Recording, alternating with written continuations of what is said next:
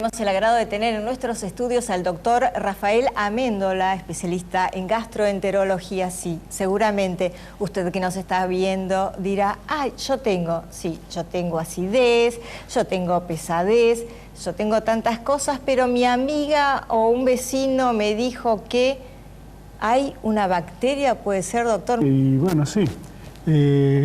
El Helicobacter pylori es una bacteria que vive en el estómago, es el único lugar donde puede vivir esta bacteria y es la única bacteria capaz de vivir en un medio tan agresivo y tan hostil como es el estómago, recordando que el estómago tiene ácido clorhídrico con un pH muy ácido que puede llegar hasta 1, que ningún tejido ni organismo soportaría.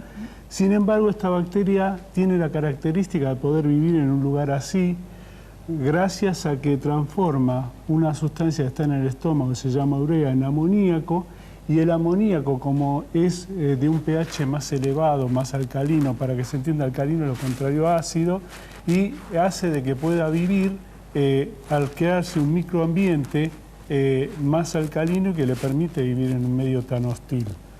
Ahora, al Helicobacter pylori se llega a través de una endoscopía, ¿verdad? No, hay muchas formas de poder llegar al diagnóstico, pero lo más importante a tener en cuenta es que esta es una bacteria que la tiene la mitad de la población en el mundo, en el estómago. No todas las personas pueden desarrollar las enfermedades que produce.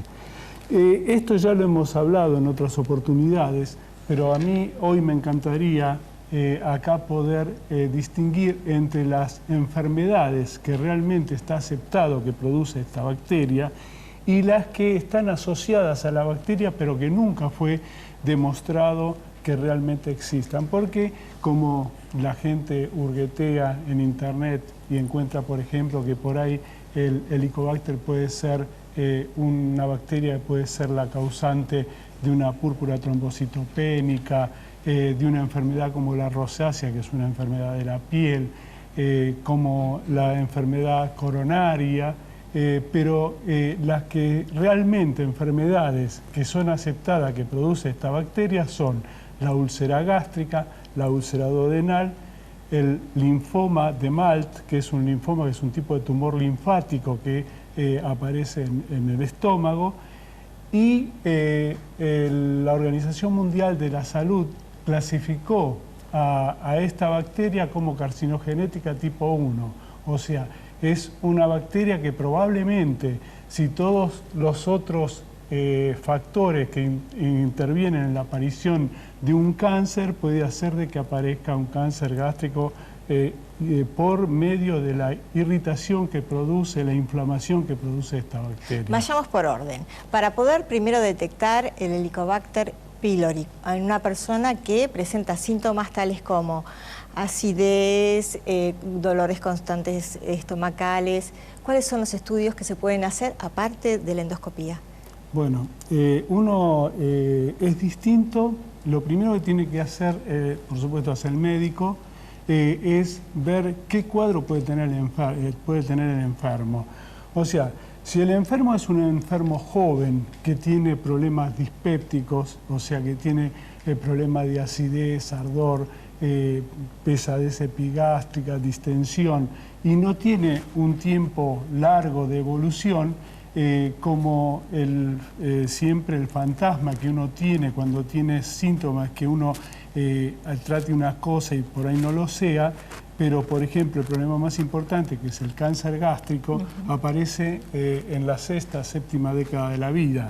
Entonces, si viene un paciente con síntomas dispépticos y uno de entrada y tiene menos de 45 años el paciente, uno puede como médico hacer un tratamiento y ver si mejora o no. Por supuesto que si tiene más de 45 años y uno tiene esa sintomatología, uno tiene que pensar en hacerle una endoscopía. La endoscopía sirve para ver las lesiones que puede tener.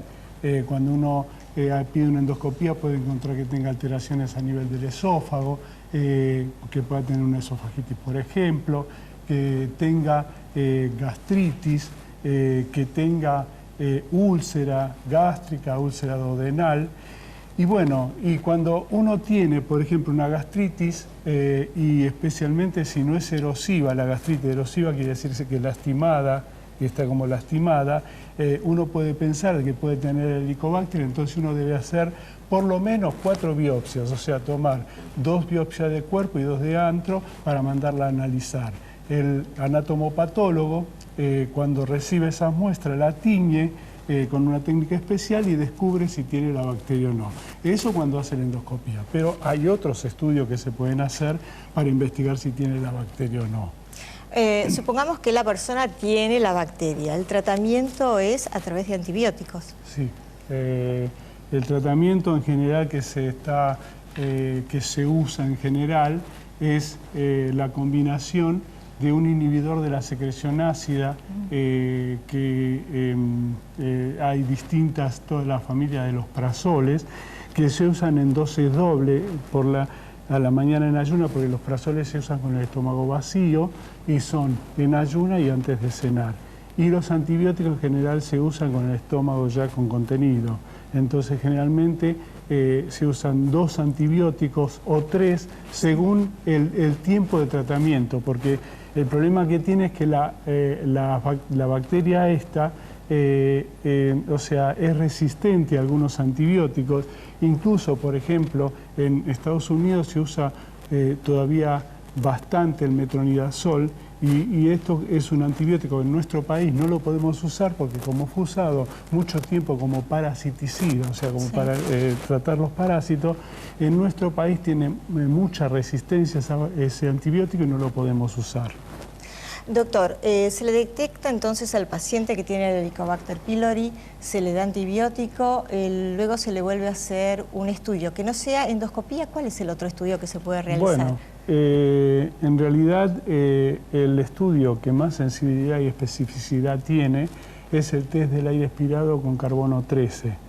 El carbono 13 es una partícula de carbono radioactivo, el cual el paciente toma la urea marcada con carbono 13 y, como dije antes, el Helicobacter lo toma, esa urea que se tomó el paciente, y después los transforma en anhídrido carbónico y amoníaco. El amoníaco queda alrededor de la bacteria, le permite vivir a él. Y el anhídrido carbónico que se formó con la urea marcada con el carbono 13 o 14, pero el más usado es el 13, se expele en el aire. Entonces al paciente se le da la toma de urea marcada, a la media hora se le toma el aire y después se pone en un aparato que se llama espectrómetro de masa, el cual capta si tiene el carbono marcado con carbono 13 o no, y si lo tiene quiere decir que hubo una bacteria que lo tomó y después pudo fabricar anhídrido carbónico. Si lo tiene quiere decir que es positiva la reacción, ¿no? En general los facultativos aconsejan una endoscopía, adormecen o sedan al paciente y dicen que es la mejor manera para poder extraer el material, ¿no? Bueno, yo no pienso igual. O sea, si uno pudiera... O sea, lo suyo es menos agresivo. Claro. El asunto es el siguiente. Si un paciente tiene una úlcera gástrica o úlcera duodenal, uno hace un tratamiento para sacar la bacteria, pero aparte, si tiene una úlcera duodenal como cicatrizante, le da 4 semanas de inhibidores de la secreción, umeprazol, ¿no?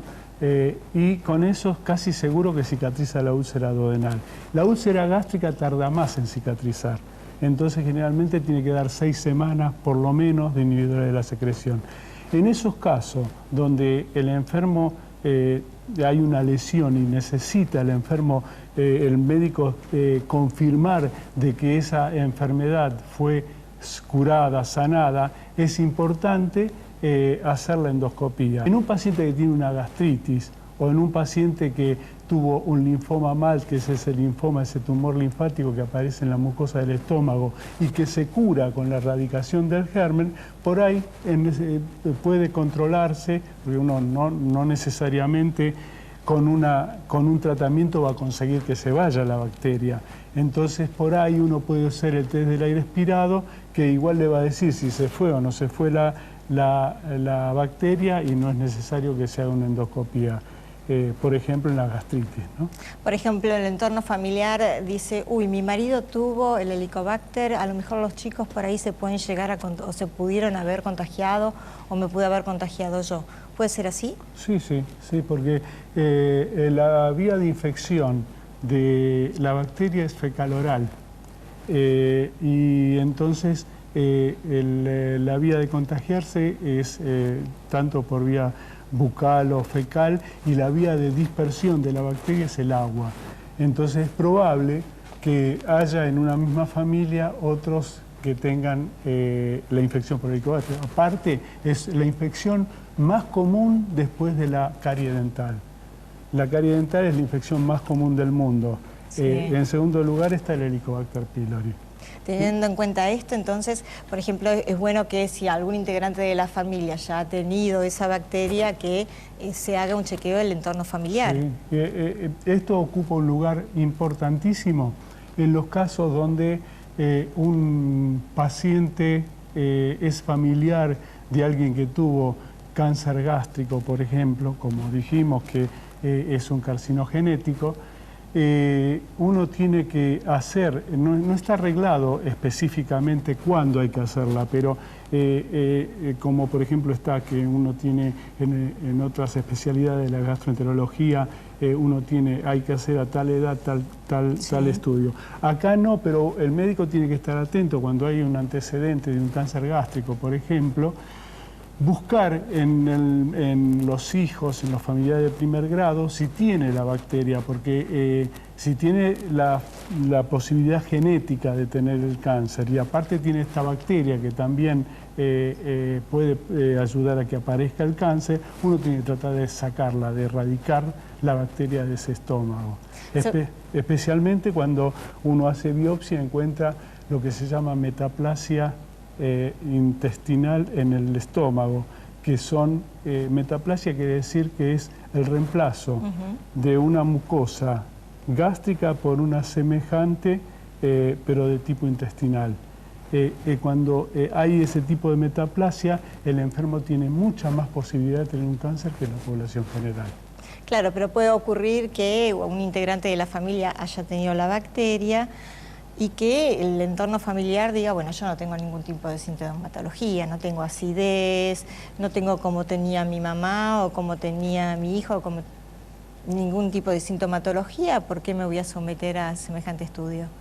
No, bueno, pero cuando uno está hablando del paciente que no tiene ningún síntoma, no tiene antecedentes, no tiene por qué, incluso está en discusión si cuando se hace una endoscopía por otra cosa y uno encuentra un estómago normal, está en discusión si se tienen que tomar biopsia para buscar la bacteria o no. En general se toman las biopsias igual, ¿no? Y una vez que se tiene la bacteria se erradica, pero no necesariamente porque, por ejemplo, la gastritis, no todas las gastritis tienen síntomas. Hay un montón de gastritis, de gente con gastritis que no tiene ningún síntoma. ¿Cuál es la sintomatología normal de una gastritis? La gastritis puede no dar síntomas, pero puede tener ardor, acidez, puede tener dolor epigástrico, dolor en lo que se dice en la boca del estómago, pero hay que distinguirla francamente de la otra acidez que va hacia arriba, que sube, que a veces incluso llega hasta la garganta, porque eso es reflujo, que es otra cosa. No es lo mismo tratar una gastritis que un reflujo. Son cosas completamente distintas.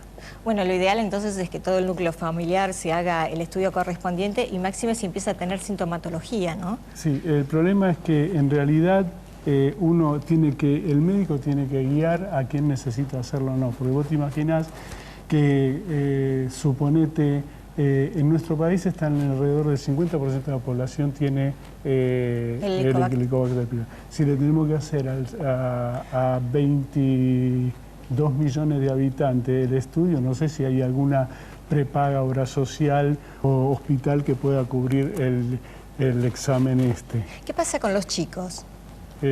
Los chicos, eso depende del lugar, porque esta bacteria es dependiente del nivel socioeconómico, de la instalación de agua corriente, de cloacas, todo lo que es infraestructura de la población, donde no existe esto, la infección es mayor. Nuestro país, gracias a Dios, los chicos están en un nivel bajo de infección, está por debajo del 20%. Pero el problema es que a medida que se avanza en edad se calcula que aumenta la probabilidad de infección en 1% por año. Y entonces uno tiene que tener en cuenta, porque los chicos nacen con una baja probabilidad, pero en el transcurso de la vida pueden ir infectándose y uno lo tiene que tener en cuenta, ¿no? Para llegar a la edad adulta, donde es alrededor del 50% de la población. El tema inmunológico es muy importante, porque a veces uno puede haber estado con estrés, pudo haber tenido algún tipo de disgusto, por eso producto del estrés, etcétera. Y hay gente que le dice, tengo un nudo en el estómago, tengo acidez, estoy nervioso, y directamente ni acude el facultativo porque presupone que es producto de lo que le pudo haber pasado. Yo creo que si eso se lo dijo un facultativo, un médico, puede confiar en eso, pero si no debería por lo menos consultar a un especialista en gastroenterología.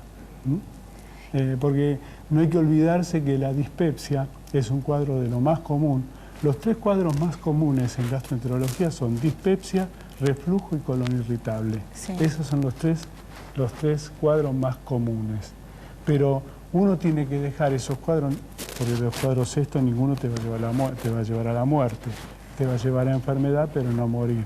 Pero uno tiene que estar seguro de que son uno de estos 3 comunes en gastroenterología, luego que el médico le ha dicho que tiene eso, no que tiene que hacerse el paciente el diagnóstico. Algo que también es importante es la alimentación, los cuidados que tenemos, cómo nos manejamos.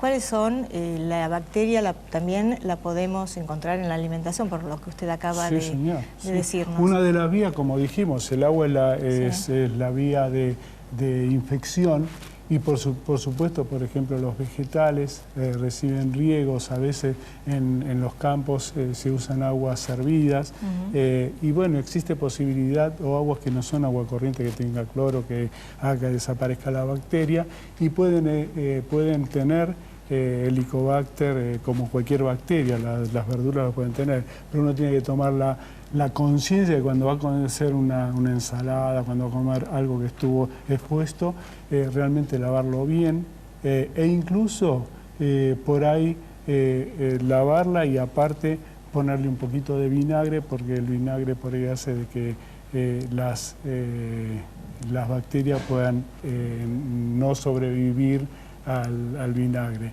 Y si no, por ahí 1 o 2 gotitas de lavandina en el agua que lava las verduras para tratar de que no tenga las bacterias, ¿no?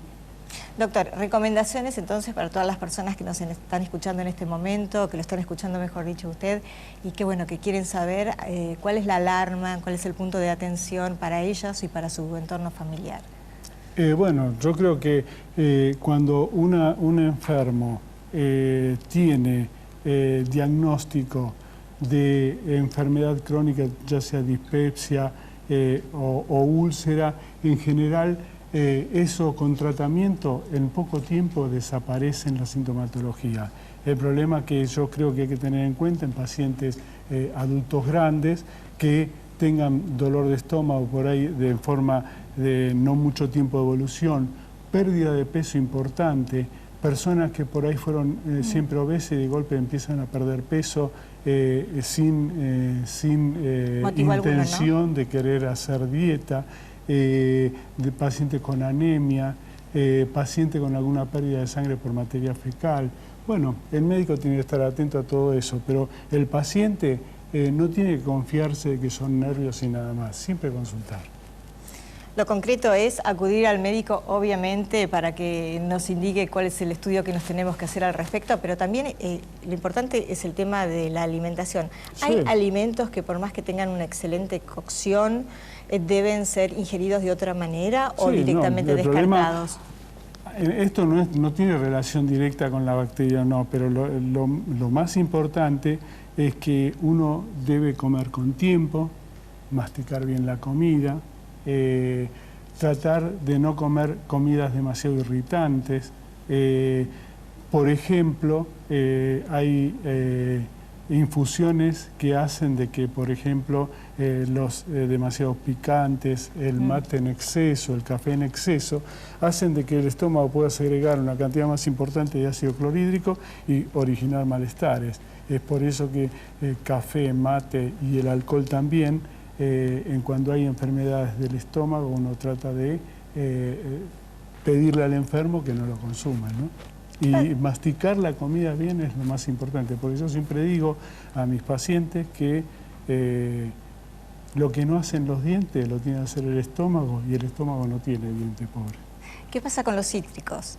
Los cítricos, bueno, en un estómago sano no tiene ningún tipo de problema. ¿Un estómago enfermo? Y un estómago enfermo hay que tratar de reducirlos.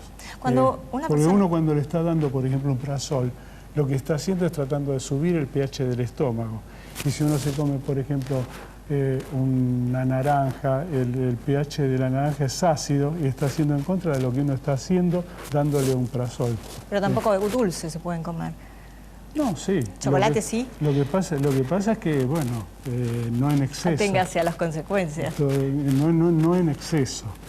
Con una persona que tiene el Helicobacter pylori, aparte de la medicación, ¿cuál es la dieta que debe hacer? ¿Solo la medicación? No hay una dieta que favorezca o no el Helicobacter. A pesar de que ahora están saliendo algunos trabajos donde hablan de que hay un plato, no recuerdo ahora el nombre, de un plato chino de verduras fermentadas que hacen de que no pueda reproducirse la bacteria, pero esos son trabajos así salpicado, que no hay nada en realidad así importante que uno pueda tenerlo como que seguro que sea así. Sí, con relación a las enfermedades gástricas, claro, ¿no? El tema de la alimentación es algo muy importante. Sí, señor. De todas maneras, hay que tener en cuenta que yo creo que todo está en relación con las cantidades. Pues yo siempre recuerdo un trabajo que se hizo muchos años atrás, donde todavía el Helicobacter pylori estaba enteramente aceptado que era la causa que producía la úlcera gástrica, la úlcera duodenal. Hicieron un trabajo donde daban a los pacientes con úlcera pequeñas cantidades de alcohol y notaban que la úlcera, pero pequeña, digamos 20 mililitros, ni siquiera medio vaso, 20 mililitros. Y como el alcohol en pequeñas dosis tiene efecto citoprotector, o sea, estimula las células del estómago que se repare con más facilidad, tenía mejor evolución la úlcera gástrica duodenal. De la misma manera, los picantes, el picante no, por supuesto que no como usan muchos... en México. Sí, sino pequeñas cantidades. Hay una sustancia que se libera a nivel de las terminaciones nerviosas del estómago, que se llama capsaicina, que produce vasodilatación local. Se libera una sustancia que se llama óxido nítrico, que libera ese óxido nítrico, produce una vasodilatación y mejora la cicatrización de las lesiones del estómago. Pero estamos hablando de pizquitas. Piquitos, a ver si después nos interpretan que tienen que tomar alcohol para calmar el problema intestinal que tienen. No es así. Doctor, y por último, entonces, tengamos en cuenta cuáles detalles que son más que importantes. No produce fiebre, no produce absolutamente nada la bacteria. No, sí, produce cuando, o sea, por supuesto, el 50% de la población la tiene. Un 10% de esa población en algún momento de su vida va a tener úlcera gástrica o úlcera duodenal. Del 70 al 90% en algún momento va a ser gastritis casi seguro. Entonces, va a producir sintomatología cuando tiene enfermedad. Y después todas las demás que hablamos antes de las enfermedades extradigestivas que habíamos hablado, que está... por ejemplo, la rosácea. La rosácea es una enfermedad de la piel que se producen alrededor de la nariz, en la cara, pústulas, pápulas rosadas, y que son muy molestas porque a veces se pueden incluso infectar y hacen de que el paciente tenga un malestar importante. Y en algún momento salieron unos trabajos donde hablaban que el Helicobacter pylori estaba pudiendo asociarse con esto. Nosotros en el Hospital de Gastro, en la sección esófago y estómago, hicimos un trabajo erradicando al enfermo y no notamos diferencia a lo que estaban erradicados con los que no. Lo que sí nosotros sacamos conclusiones es que la rosácea a veces anda bien tomando un tipo de antibióticos como los macrólidos, la eritromicina, claritromicina, y a veces anda bien con otro antibiótico que es el metronidazol. Nosotros creemos que como el tratamiento de la infección es con antibióticos, mejoraría quizás por eso, pero no, en realidad diferencia entre los que están erradicados y los que no, en la rosácea no hay.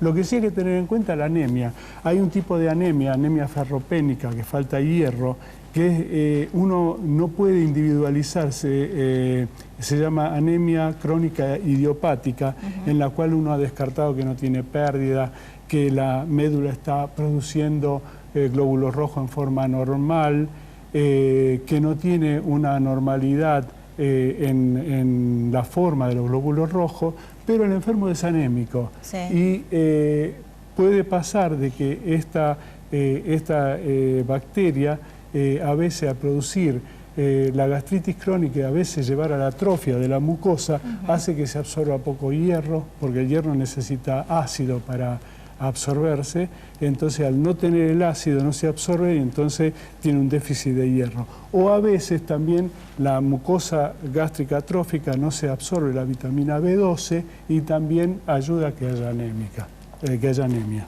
Queda totalmente claro. Doctor Rafael Amendola, muchísimas gracias por haber venido a los estudios de Crónica Televisión. Y bueno, cualquier problema gastrointestinal que tenga, antes de escuchar a un vecino, un amigo o a un familiar, lo mejor es no tome nada y acuda al médico.